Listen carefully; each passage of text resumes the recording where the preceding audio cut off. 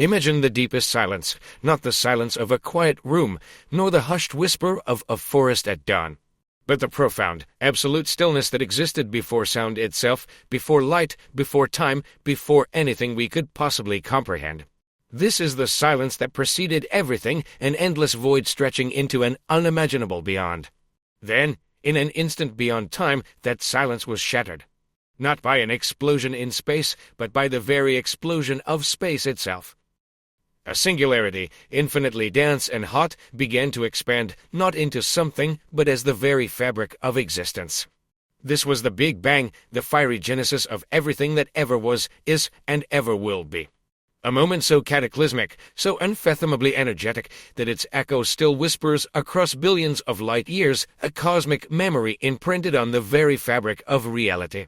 But how could we, mere fleeting inhabitants of a speck of dust in an unfathomably vast cosmos, ever hope to hear that echo? How could the universe, stretching across billions of years and even more billions of miles, retain the memory of its very first breath?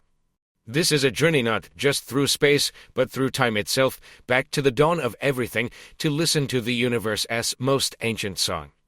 Chapter 1. The incandescent dawn, a universe in infancy for a fleeting fraction of a second. An unimaginable epoch known as the Planck epoch. All for fundamental forces of nature: gravity, electromagnetism, and the strong and weak nuclear forces were unified. Space and time as we know them didn't exist. Our physics fails to describe this moment. It was a realm of pure energy, an existence beyond our current comprehension. Then, in an event called cosmic inflation, the universe expanded at a speed so phenomenal it beggars belief. In less than a trillionth of a trillionth of a trillionth of a second, the nascent universe stretched from something smaller than an atom to the size of a grapefruit, perhaps even larger. This super-rapid expansion smoothed out irregularities, laid the groundwork for the vastness we see today, and, crucially, stretched tiny quantum fluctuations into the seeds of future galaxies. It was an explosion of space itself, carrying everything with it, rather than an explosion within existing space. As inflation ceased, the universe was still an unimaginably hot, dense soup of quark gluon plasma. For the first few minutes, this primordial soup cooled enough for quarks and gluons to bind together, forming the first protons and neutrons, the building blocks of atomic nuclei. This was the universe's primordial forge, hammering out the very first elements, mostly hydrogen and helium, with trace amounts of lithium. The light elements we see around us, in the stars and in ourselves, were forged in this cosmic crucible. Imagine a furnace hotter and denser than the heart of any star, yet it contained the entire universe. There were no stars yet, no galaxies, just a uniform, blinding fog of elementary particles, constantly colliding and ray-forming.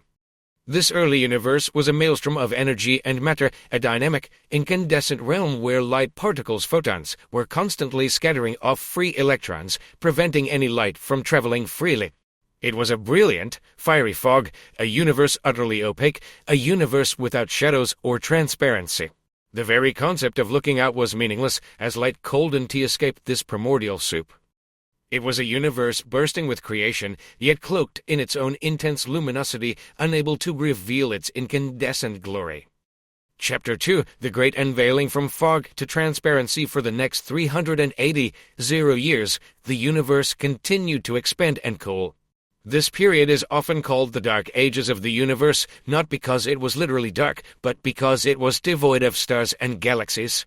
Yet, it was during these dark ages that one of the most pivotal events in cosmic history occurred, an event that would ultimately allow us to see the Big Bang's echo. As the temperature continued to drop, a critical threshold was reached. Electrons, which had previously been too energetic to bind with atomic nuclei, now had sufficiently low energy to be captured by protons and helium nuclei. This process is known as recombination, though it is a bit of a misnomer, as atoms weren't combining again, but forming for the first time. When electrons combined with nuclei, they formed neutral atoms of hydrogen and helium. This seemingly simple event had profound consequences. Free electrons were the primary scatterers of photons. Once they were locked up in neutral atoms, photons were suddenly free to travel unimpeded through space.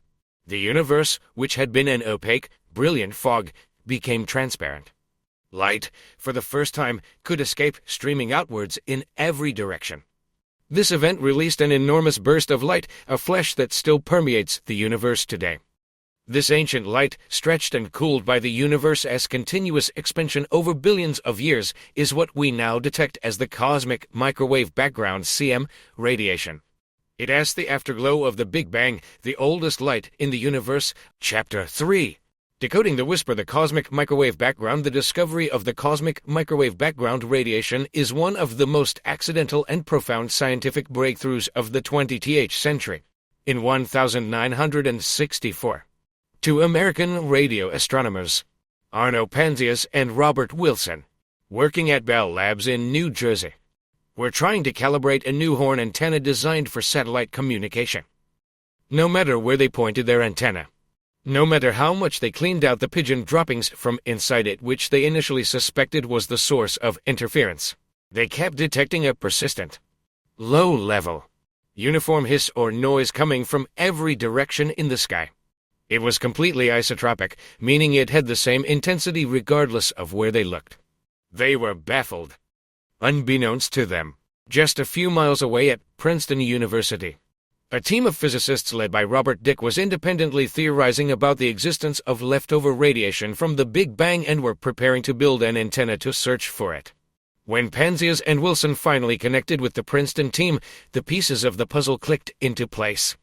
The noise they were detecting was precisely what Dicke's team was looking for, the thermal afterglow of the Big Bang, now cooled to a mere 2.7 Kelvin above absolute zero, radiating primarily in the microwave part of the spectrum.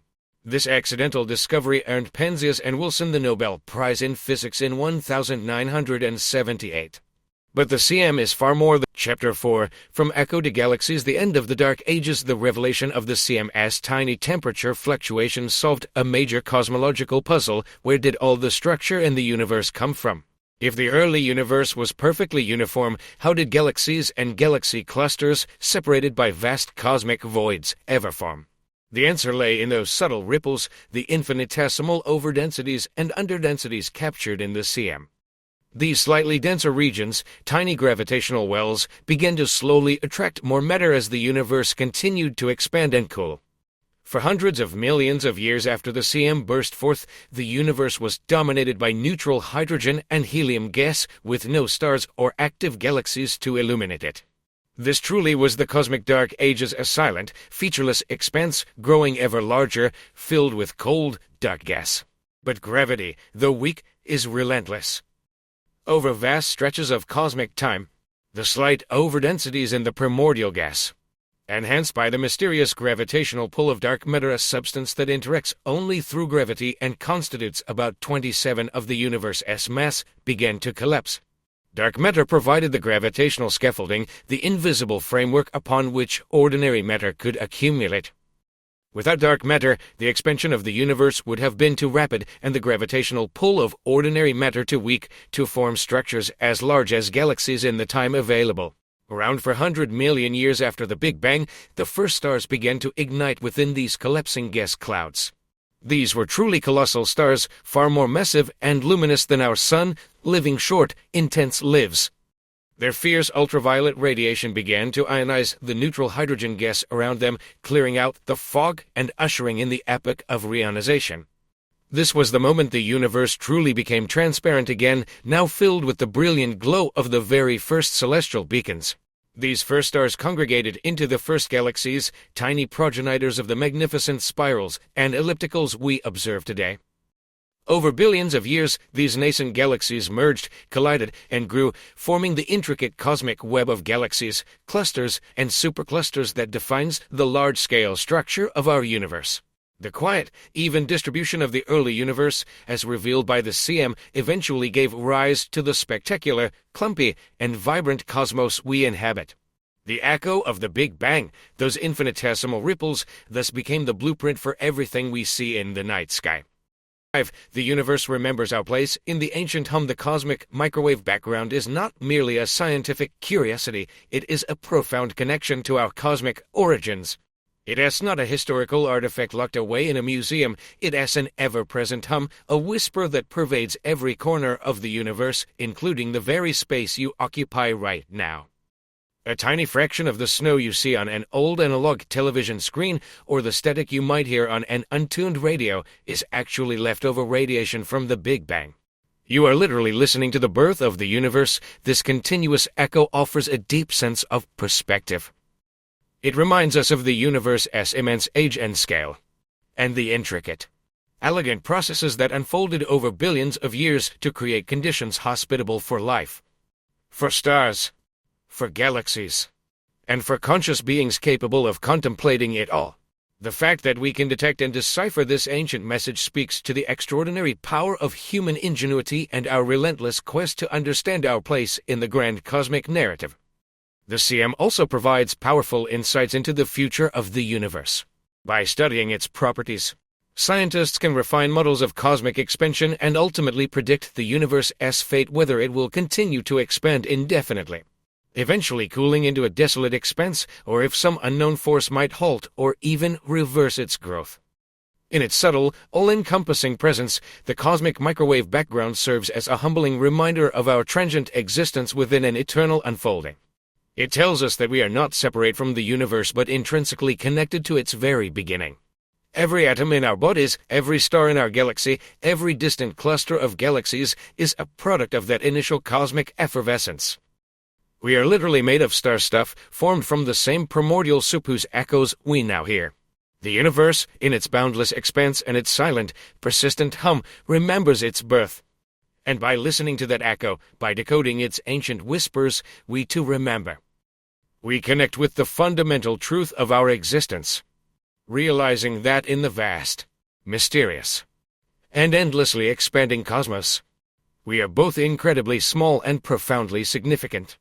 The conscious ears through which the universe hears its own story. It leaves us with a sense of wonder and tranquility, inviting us to contemplate the majestic simplicity from which such breathtaking complexity arose, and to find our own peace within the grand, eternal song of creation.